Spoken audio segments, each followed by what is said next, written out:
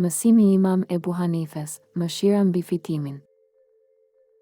A e dini se si një borxh i harruar mund të na mësojë më shumë për besimin dhe moralin se sa çdo ligjërat fetare? Imam Ebu Hanife, një figurë e ndritur në jurisprudencën islame dhe një tregtar i ndershëm, na tregon se si të jetojmë me integritet.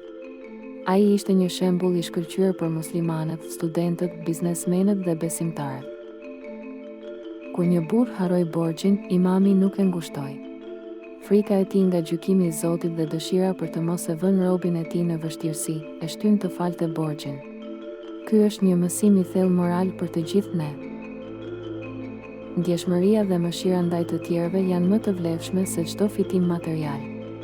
Le të ndjekim shembullin e imamit, duke u trajnuar në biznes dhe duke diskutuar etikën me ndërgjegje.